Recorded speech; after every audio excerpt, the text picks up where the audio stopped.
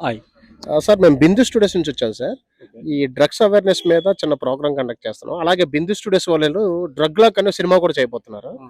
అయితే ఇప్పుడు ఎక్కడ చూసినా డ్రగ్స్ అనేది వాడకం ఎక్కువైంది సార్. హ్మ్. సో డ్రగ్స్ నిర్మూలించాలంటే మీరు ఎలాంటి సూచనలు ఇస్తారు?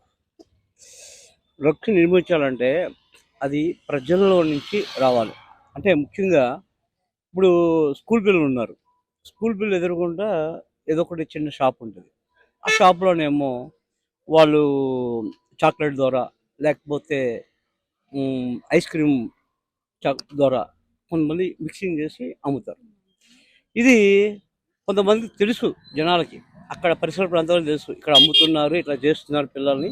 ఎందుకంటే ఒకసారి చాక్లెట్ కొన్నవాడు మళ్ళా అదే చాక్లెట్‌ని కొంటాడు. ఎందుకంటే ఆ డ్రగ్స్ యొక్క ప్రభావం. ఇది తెలుసు కాబట్టి అక్కడి నుంచే ఇన్ఫర్మేషన్ ఇస్తే పోలీసులకి అది నిర్మూలించడానికి బావుంటది. బావుంటుంది. అంతేగాని మనమేమో ప్రేక్షక పాత్ర వహించి డ్రగ్స్ నిర్మూలించాలంటే అది కాని పని. కాదు. అంటే ఏదైనా సరే ప్రజల్లో నుంచే రావాలి పరివర్తన. అంతేగాని సీఎం రేవంత్ రెడ్డో లేకపోతే మన ప్రధానమంత్రి మోదీ గారో డ్రగ్స్ నిర్మూలించండి అనేసి పెడితే అది రాదు. అవును. అది విషయం.